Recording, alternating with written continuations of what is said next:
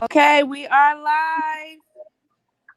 Hello, hello, good evening, everyone, and welcome back to Changing the Lens Together, where we are just creating a space, right? A safe space for the community of Newark to share their concerns. So, as we're syncing our streamline with our Facebook to make sure that as many citizens as possible have access to this conversation and an opportunity to share their thoughts and concerns. Jessica, I just want to just check with you really fast for the link for Facebook. I don't see it on my main page. Is that possible? It should be on your main page now. I posted it Okay. earlier Okay. for StreamYard. I'm going to share it right now. Oh, fantastic. Okay, so while you're doing that, I want to definitely get started in just making sure that I'm not wasting anybody's time because time is important, is extremely valuable, and that's why I'm volunteering my time to just come on live tonight and just make sure that we talk about what some concerns are. So at any given time, you have a chat feature here in StreamYard where you can put down your thoughts and ideas. And at the very same time, you also have a Facebook feature that allows you to put your thoughts on it too. So, what I want to talk about this evening is a very important issue.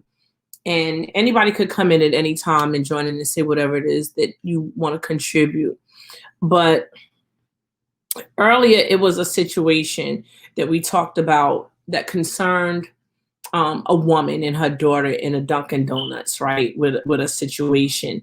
And I've had my own situations, right, and I'm sure like many other women have had situations including from the smallest thing in terms of getting snow up, right, or getting help with fixing things in your apartment or your house, right. And oftentimes when we need help with those situations where we find ourselves in a vulnerable state where we need the help of somebody else or we need the help of a man, or like I said, just anyone who has the knowledge and experience about helping us. So our politicians are no different. When we find ourselves in a bind, if there's political assistance to help us, we need that, right? So our politicians are not simply just brokers of legislation. They actually become vital to a lot of the decision making that is actually done in our community. And with women needing help with the school systems, with an employment, and everyone needs help. But right now we're talking about women for this one point of time. And it's like, well, who do we turn to when we need help? And who do we know that can help us? So we just want to talk about that and how we can utilize our city to be more beneficial to the needs that we have. So let's start it right up with vulnerability. What does vulnerability look like in our community, in the Newark community? So vulnerability looks like young women, right, without the resources that they need immediately, without access to storage houses or places that can provide them really quick 24/7 access to Pampers or milk or hygiene needs, right? These things are very important to women, and they become even critical, in fact, when we're talking about women who are dealing with domestic violence issues. And when you're dealing with a domestic violence issue, there's so many different pieces of the puzzle that comes into play that we need to be concerned about when it's time for us to choose politicians, right? Let's just start with the police. We have to have policing in our community that has been trained and understand that women are just naturally different from men in a plethora of ways, right? Not just one or two. And that when women call out for help, then that help has to be given. That help should be a priority, right, by people who are put in place to give that particular help. Case in point, if you check on my page, I posted a video earlier this week as it related to a woman who was looking for her child. Many times we see children go lost, stolen, missing, right? And sometimes it's not a great outcome from those situations, right? But then also there are outcomes whereas we're not getting the same help that we need for our children. Let's just take this week alone, Gabby, right? That's a household name now because we all know that Gabby was missing. And unfortunately, if I followed the headlines correctly today, again, that was a situation with a poor outcome. So definitely we're pushing prayers of just condolences and healing toward that family, right? Because any child that goes missing, that is a big deal. It's a loss of life involved. And, you know, it's just sad for the entire family as well as the victim. However, there are so many children of color that go missing on a regular basis, and they're just not given the same treatment in many instances as the situation with Gabby. As I've said earlier, I posted a video and you guys could go back. And matter of fact, I'm going to talk to Jessica to see if we can, we're going to continue to grow this feature so that we can actually post some footage of some of the stories that we're going to be talking about. Yeah, so we're going to be posting. I was saying that we're going to be posting as we continue to grow this apparatus, right? We're going to be posting some featured video clips of some of the issues that we're talking about. And right now, I just wanted to bring it back to a post that I posted earlier on my feed. It was a mom. She was from down south. Her daughter was missing. She called the police. She didn't help a courtesy that she deserved in that particular instant, right? And so she called a community activist. The community activist came, attempted to ask the police for their badge number as they, you know, walked out. It says you have to approve the post. Yes, that's our private chat. I was like, you know, I posted to your page, but you have to approve it. No, I needed to know that. So yeah, it's all right. I'll let you go ahead. I got, you know, my people are really good. They're gonna bear with me here. You guys, yes, a couple of people watching, and I just want to thank you for that. And again, I just want to extend this invitation tonight is an invitation that we've created for the city of Newark to be able to share their thoughts and concerns on different issues. So, you know, we have some of those concerns. The subject matter that we're talking on right now is related to domestic violence and women and a vulnerability that exists and how we as a city could grow and use resources to help those women in need. Yes, ma'am. So with that being said, I just want to travel back to what I was just recently talking about in terms of the woman who wanted help. And again, you can find this video on my timeline. And she called the police. And the long and short of it is that she didn't get the help that she desired. And she wanted somebody to put out an all points bulletin for her missing child. She wanted somebody to, you know, tag a radio station or a television station for her child. And she didn't get that. In fact, they didn't even allow her to make a report. It brings us back to a situation that we were dealing with here in the city of Newark. Earlier this week on my post again, when I went to the police station, just coincidentally, in an attempt to make a report, and when another parent in the community had a coincidence of a situation that occurred at a Dunkin' Donuts and wasn't able to make a report. So we need to talk to each other, uphold each other, be there as support staff for each other. And we can't do that as long as we have politicians in office who are not going to be sensitive and catering to the needs of women. The women, yeah, I'm sorry. I'm gonna let you say get it in because I could be long-winded, Jessica. But what I was just saying, Jessica, maybe you could speak to it, that women need resources that oftentimes may be similar but yet different to those that men need. So right now, only for this moment, we're focusing on women's needs, and we were talking about a storage space so that women can get Pampers and hygiene issues items and different things that they would need for themselves if they found themselves in a situation of domestic violence and they had to flee to save their life. Where would they go in the city of Newark if this happened at 2 a.m.? Would they fall predator to predators in the street that's already existent? Would they become the next missing victim, right, in our long list of many who oftentimes even go nameless? Do we have the resources in place for those women? We do not. We have some makeshift things going on, but again, you know, people look at you to see who you are and to see if they can trust you and if they could come to you. Like a lot of homeless people don't go to the shelters. There's a reason why. You understand? And as we delve into the wills and how they really turn in our how they really turn in our community, we're able to assess the need more and moving forward, and to see what needs to be done to sustain and help women, to make sure that there are adequate resources available for them 24/7, that there's a go-to person and number that they can call directly, and the person won't just answer the phone like, hello, what do you want? Call somebody. You know, it's something that is missing.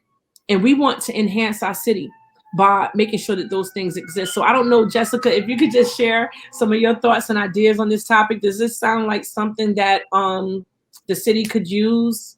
I totally agree. Growing up in my day and age, I ain't that old, so we're still going on. Women felt like they couldn't depend. You know what I'm saying? They couldn't depend on the city. They couldn't depend on welfare. They always got to do this. They taking them through these loopholes. And again, we're not a hate crime. We're not here to be going against welfare. We just saying that there can be things put in place that will help the people in the city of Newark to not turn to some of the familiar ways that we feel, you know, help us to survive. Right. The one thing that Newark always sit on is the fact that they feel they have to do things alone. They feel like they can't trust people. So I feel personally, as like you were saying, if people have certain programs or certain storehouses, right, in place, then they would be able to receive the help that they need. But right. You have to have people in that position that think in that direction. Right. If they think in that direction, then they can make these things possible. But a lot of people they don't voice these opinions. You know, like they have what do you call the pantries that give out food, right? But they feel like the food that they give, they don't want it. Right. You know what I'm saying? So they don't go to those things. They go to alternatives that they feel is going to get them instant results. But do those alternatives, you know, put your dignity in jeopardy? Do they put your morals in jeopardy? Do they promote you to be a business owner? Right. Are you trying to be a business owner out of hate, you know, that nobody wanted to help you, or are you being a business owner because you're just encouraged and motivated? Like, we have to have more positive seeds in the city of Newark, not, you know, seeds that we feel like we had to be forced to do because nobody cared. You know, even with the men, like, you know, the city say, put the guns down, stop selling the drugs. But what are you putting in place for them to put the guns down? What are you putting in place for them to stop selling drugs? And we just not talking about some money, but what are you doing in the longevity that's going to help them feed their family if you really want them to stop selling drugs, or if you really want them to put the guns down? And it's not to say that we are for guns or we are for drugs. No, we are for making solutions to the problems. And that's what it is that we're trying to highlight, and we're trying to get people to voice their opinions on, because we're trying to find solutions to the problems. But people must first voice their opinions and voice their suggestions, because we have some great people in the city of Newark. I'm going to keep saying this. People have good ideas and they just don't feel nobody wants to hear them. So, I mean, hey, people feel like they can't trust the politics, but I say put somebody in the seat that you can trust. You know, somebody that's going to kick down doors for you. Because at the end of the day, we're evaluating the serious problems. Go ahead, Ms. Sheila. Right. No, you're really hitting on some really important stuff here. And that's where the community comes in at, right? And oftentimes we just can't only do this on social media, right? And much of what I do is definitely not on social media, because I'm an educator. So I'm friends with a lot of educators, right? But the people who I'm trying to most serve, they might not be my friends on social media. They might not even have social media. They might not even have Wi-Fi right now. And it just goes again to somewhere that directs us to look more deeply into what is it that's going on in our communities. You know, what are women doing when they become citizens of our city, and they don't have the education, or they're not going to college, right? And there are not enough jobs to at least sustain that $2,000 a month apartment that they need for them and their child, right? So we're talking about doing something strange for change. You understand? Right. We're talking about dealing with men sometimes that if they were able to sustain themselves financially, they probably would not, right? We're talking about, like you mentioned, and it's a big deal, taking a person's pride, right? When they need you. So much like somebody, like you said, you know, just for example, to walk into a welfare office or to where they're giving out food and to not be met with dignity and a courtesy extended, you know, toward their pride that should exist, right? That you have to make them feel even worse. You see them down and you got to kick them even more, because be mindful, domestic violence, right, is not just hitting. It's not just hitting. It's something that can happen in the home, true, but it's not just what happens in the home, right? Because when we have wars abroad, right, versus to when we have a war here within our country, they call that a domestic situation. So if we're dealing with wars that are unspoken here in the city of Newark, right, those are the wars that we're talking about.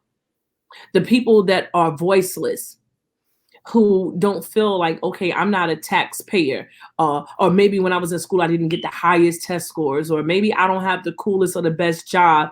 And so it makes people delve into a point of depression. So if like, and I think I hit upon this before, if somebody is coming to get services or resources that are available to them, no one should have to exchange their pride or dignity for those resources. And at the same time, we want to make sure that we have them, and we want to make sure that we look like we want to serve the people, instead of upholding ourselves, right, as politicians to people who, you know, the people should be serving us. No, that's not how it should be. Politicians are put in place by the people for the people to serve, help, and assist the people. That is what that's about. And once we lose track of that and we lose track of what humanity really is, that's when we really have to start to reevaluate exactly what our objectives are as we run for office. Are we running for office just to get power over disenfranchised people? Or are we trying to step into the shoes, right, of our ancestors to continue passing the baton for progression and keeping our people alive? That's just on the basis of things that we want to get done. So when we're talking about domestic violence, we're not just talking about, again, you know, the proverbial wife beater husband hitting on his wife. No, we're talking about young women, right, who have fallen in a statistic and can be gotten back where they need to be with the most minor of help. And are they getting it, right? Are they getting it? And so because they're not, and we know that, this is what disenfranchises the voter. Voters every day feel, why should I vote? What are they doing for me? No one's doing nothing for me. And they are right. But what I want to educate the community to understand is to change the lens, change the perception on how you're seeing things. Don't worry about what your politician is not doing for you. Be more concerned of what he needs to do or she needs to do.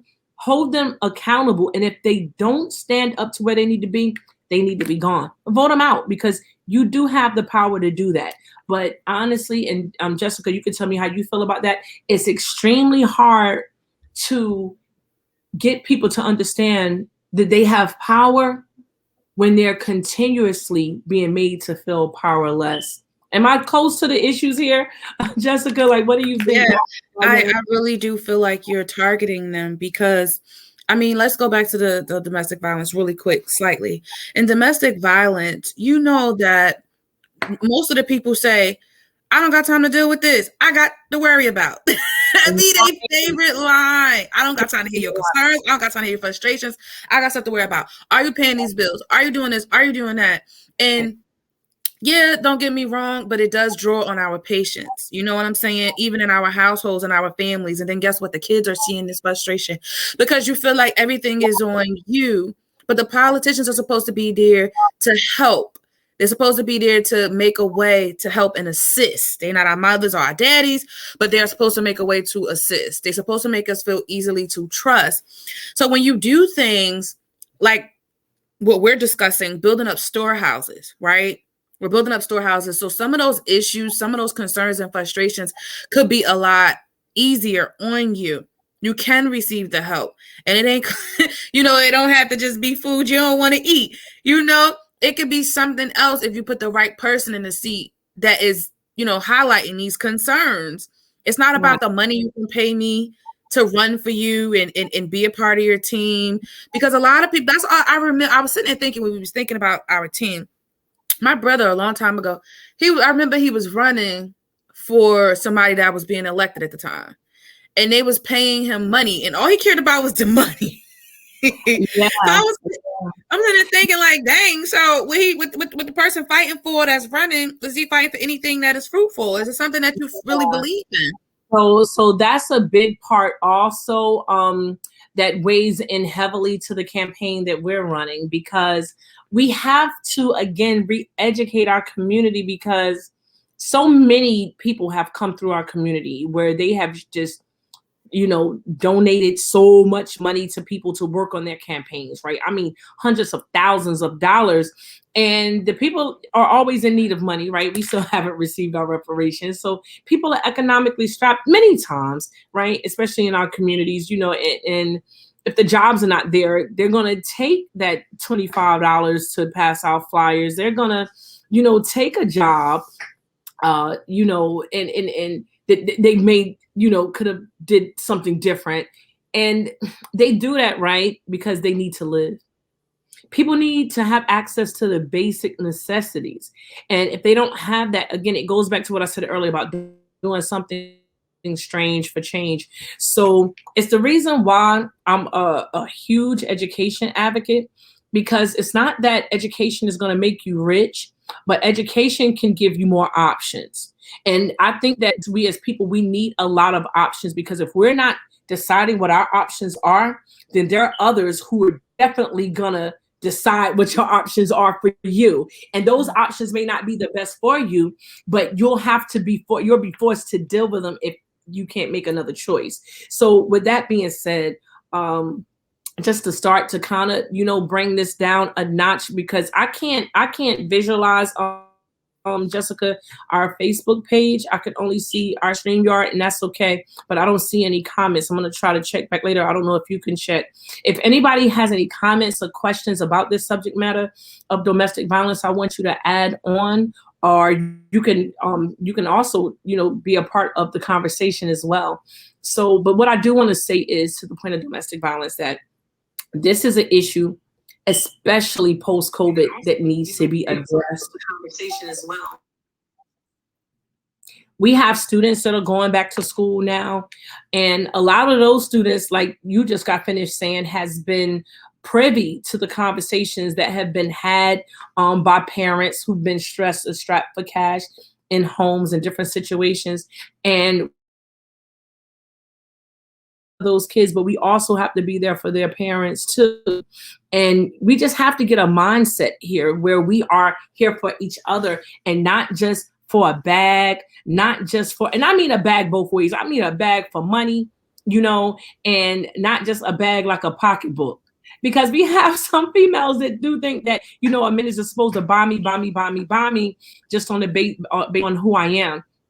And there's a lot more to it than that. And now we have guys asking the questions, well, what are women doing for me? And again, Jessica, I think that's a whole nother show. But until we get there, like I said, the domestic violence is a big issue. And because it is, we're going to be putting together an event that's going to address that issue in more depth, to make sure that those resources are there for you, so that people know that they're not alone. Most women has dealt with levels of domestic violence, including myself. And sometimes you don't even know you're in a domestic violence situation. And that's what's really scary about it. And you can have all the degrees and everything that you want to have, but you don't know until somebody puts something in front of you, and then you're confronted with that knowledge about something that you knew nothing about. And then all of a sudden it's like, oh my God, you see yourself mirrored, right? And you can't even heal what you don't know about. So it's some things that we got to get together to start the healing process in our community, because healing strong people creates strong citizenship. Citizenship creates a strong community. And as long as we have a community full of brokenness that is continuously being unaddressed, we can't progress like that. You know, people can have a broken life. Yeah. Oh, fantastic. Please share. It says, Christina Grant says, yes, I just heard this on Inside Edition. She says, so many people missing of color we don't hear about.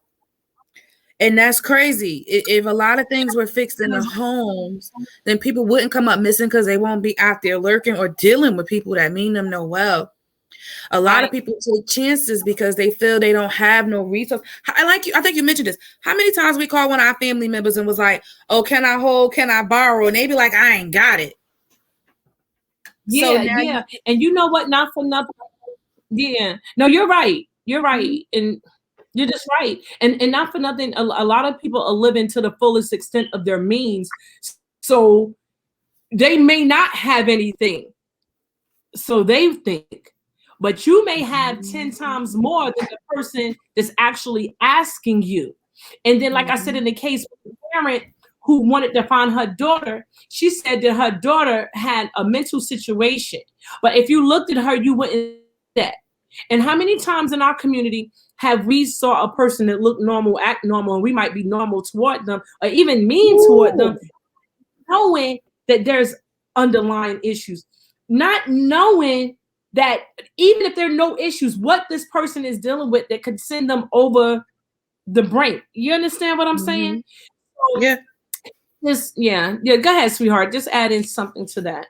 You know, I was just saying, like, seriously, because some people in their mind frame, they think like, okay, I'm trying to save my money to get to here, but this person ain't got $10. So in their mind, they broke, but this person don't even got $10, but you got $600-700 and you trying to get to 1,000. So you just don't want to help out your sister or brother, but now your sister or brother go out there to John, and John don't prepare to rape and kill her because John don't want nobody in his family to know that he prostitute or whatever the case may be. Because in the hood they tell you you shouldn't have a man in your face if he can't buy you some cigarettes. You shouldn't have a man in your face if he can't buy your baby Pampers or whatever the case may be, because that was security for women. That was security, you know. And they won't be used and abused. No, you're right. You're right. And this is what I'm talking about, Jessica. Those are the issues that people are not keeping it real talking about. And I want to mention two things. Earlier, I think on Instagram, I saw something that the guy was saying how nobody should be depressed because on social media, everybody looks so happy, right? Mm-hmm. And the truth of the matter is that people, and they shouldn't, like, if you don't want to show your stress, you don't have to. I'm not saying that. But it turns into, with everybody feigning so much happiness, that the real is not being dealt with. And I want to bring to the second point I wanted to bring up. Muta El-Amin did a post this week, which I was really excited to see because it was really different from a lot of posts that I usually see. And it was something to the effect of, I'm not going to mind my business. I'm not going to mind my business. He said something, in matter of fact, I think I'm going to look it up because that's how important it was to me that he said, I'm not going to mind my business. That, hold on, I don't even want to be remiss in what I'm saying. Here it is. I will not mind my business. Number one, if a child is in danger in any way. Number two, if I'm able to prevent bodily harm from happening to a person. And three, when I pay a person or entity to perform a task, it's my business. Hashtag it's my business. Once again, it so pleasantly shocked me, but this should be the norm. This should be the norm with men in general. When men are no longer looking at themselves as protectors of women and children, in a world that has not been kind to us, we have a problem. And this is why we got to change the lens. We got to change the lens away from domestic violence. We got to start something, a trajectory where women are truly loving themselves and not pretending to. Because if we're loving on ourselves, we're not going to keep getting in relationships where we're not receiving that back. We got to get to a place where we love ourselves too much to let a beautiful man or a kind man or whatever man or whoever talk you into situations that you don't want to be in. And that could be with children. It could be with using drugs. It could be with doing anything that you don't want to do, right? Because there are there's a lot of dysfunction in our communities. We know why that is. Mm-hmm. Yes. Yeah, go ahead, Jessica. No, I just found that post on your page. If you want to share it, we can anytime, show and tell. But yeah, Mutai post. But yeah, I agree. Like I literally agree with you because I love that because it's up to the men and then it's up to the older women, right? Like myself, because I'm an older woman now. And you know what we really have to be committed to doing is making sure that we're there for our younger women instead of looking at them, judging them, saying, why are they doing this? Why are they doing that? No, we need to look back to when we were that age. We need to look back and say, wow, that could be me. What could I do to be a help instead of how can I kick that person when they're down? How can I, when that young lady comes to me in a supermarket and asks for credit, or like we said earlier, coming into a welfare office looking for assistance, or coming to a food pantry in need of food for her children, how could we be more nice, more nurturing, more courteous, right? Mm-hmm. More caring. That is what the world needs a lot of, because regardless to how much hate is in the country or in our communities, we can balance that out with some really simple remedies, right? But it's going to take time. It's going to take us looking at things in a different light than we've been committed to looking at them. And it's going to take some work, you know, and any mother that feels like she has to do something strange for change, and I'm using that word, that metaphor, so that I'm not digging too deep into, you know, but I think we all understand, you know, where I'm going with this, because there are women out here that's doing things, and pills are huge now. A lot of our young women are taking pills. A lot of our young women are just, like I said, with the weed. They're putting, what is the stuff that they're putting in the weed now? The fentanyl. Mm-hmm. Yeah, these things are going on. But like I said, if nobody is talking about it, then it's not being addressed. Only when issues become a point of awareness for a community that people could say, okay, I'm dealing with this. How can I not? And how could people not be dealing with a lot of things when most people are dealing with depression? I mean, can you imagine? You don't have to imagine how depressing it is for some people to look on social media every day and all you see is about war, COVID-19, should I get a vaccine or shouldn't I? I think one of the last posts I made was there's an entirely new variant now. People are constantly living in a state of fear and stress. And on top of those national issues, you have your own personal issues. There's the eviction rates are skyrocketing because people are having to pay their rent now. People are looking somewhere to go, knowing that you need to look at their credit to get a place. So there's a lot of issues. And when you don't even have the local government concerned talking about those issues, you just get ignored, and that takes you into a further state of depression. So I wanted to just host the show tonight to just, number one, bring it to a point of awareness, but also to have the community weigh in on your thoughts and what it is that you think. And do you think that we need or could be doing more in our community to help salvage, you know, our young ladies, and many times to help salvage us? And so that's what we're going to be talking about more in depth on this Saturday. Each and every one of you are invited to just bring your lawn chair. Just meet us out in West Side Park, located right on South 30 and 8. What we're going to do, demonstration for all of not registered to come out anyway. Come out anyway, and let me share with you why you should be voting. Come out and just have a cup of coffee or a donut or a bagel with us. Let me share a platform for you to judge, to see, is this something that you would like to see in your community? Is this a vision that you would like to be a part of to make a reality? Because it all starts with you. It all starts with you. Jessica, you can add a few comments that you like, as I know you. Yeah, I'm so long-winded. Jessica, come on out, guys. Just come on out. It literally just voice your opinion. Voice your opinion, voice your concerns, voice your fears, whatever it is. Just voice it. Come sit with us and talk with us, because Sheila is down to listen. It's nothing that I ever brought to her and she was like, oh no, we can't. No. She was like, yeah, that's a good idea. That's a good idea, because she listens and she cares. I just really think it's important, like she said, if you don't be the one to choose who sits in this seat, then you, if you don't stand for something, you got to fall for anything. So when you know what it is that you stand for, you have to be reassured that somebody is going to listen to voice it. I get it. To voice your opinion. We're here to listen. Right. So I just say, hey, pull up a folding chair, pull up your car, pull up. We there. And that's just what it's about.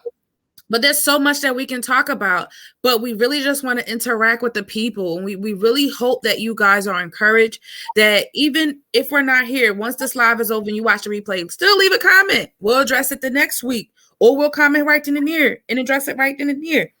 Just leave a comment, let us know what you feel, how you feel. Let's just really focus on trusting the politicians again, at least just her. Yeah. Work on trust again.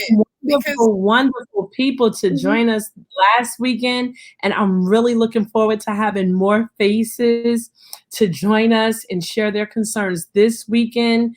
And it was a really, really awesome experience. And it's just one of many. We are going to make really awesome experiences together. But like Jessica just said, it all starts with love and caring. It starts with you. So if you want change, you got to be the change. If you want to see things differently, you have to be the one to take that initiative and change the lens. And I'm just a catalyst here to serve you and to help you. And remember, knowledge, right? We don't always know what we don't know. We don't always know what we don't know. So come out, join us. Right? We're also doing community surveys, and I'm sorry, go ahead. It's okay. So we don't always know what we don't know. So sometimes we think, oh, I know everything. And I'm telling you, you got to change the lens. That's a wrong way to think. If you come out and talk with us, I promise you will learn something new. But what's more important, if you come out and talk with us, we're going to learn something new. Thank you for joining us this evening, and I'm looking forward to seeing you guys again on Saturday. Be looking forward to that flyer. Be looking forward to some other events that's coming your way soon. And until next time, peace. All right now. Good night, guys.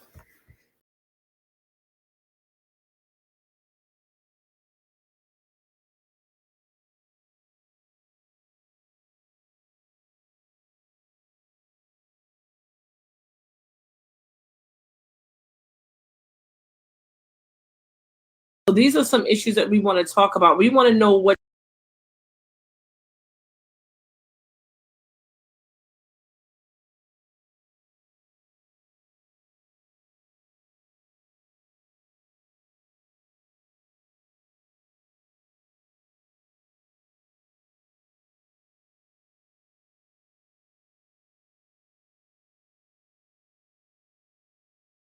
these are some issues that we want to talk about. We want to know what your primary issues are. And we're not only using the tools that social media offers us, right? We're also doing community surveys. And one of the questions I just want to share with you in terms of that, are you a registered voter? Oftentimes we see a lot of concerns going all over the place, whether it's on social media or whether it's in a barber shop, on a bus stop, right? And people are voicing their opinions, oftentimes in a way that's derogatory, oftentimes in a way that is put in the form of a complaint, right? Because people have high levels of frustration. But what we want to do is we want to take those issues, right? We want to take those concerns and we want to be proactive in making those concerns ones that we can build off of to make Newark better and stronger than it was before. Sometimes these people don't have a job that they can sustain themselves, so they're looking to a direction to get money from people. I've been educated here all my life. So has my husband, Mr. Montague. We've been educated all our life. He teaches math. I've taught reading. It has been a painstaking trek. Seeing our children that we fight so hard to save come out into a community and can't get a job because the jobs and contracts are being offered outside our community. We don't have a say in whether or not our young guys that so desperately need direction are getting the direction. But I came here to fight. I know that they're not going to allow us to help our people. We have a history of people who fought for us who are not here anymore. I don't need to say their names because I'm sure everybody knows them. We're up against a lot and likely be targeted. So this is not a game for the faint of heart. It's not a game. But if you're somebody who's bold enough to take a chance to fight for people, then come see me today. Come let your voice be heard. Share with me your concerns and let me know that you want to be a part in on this journey, because this is no joke. No.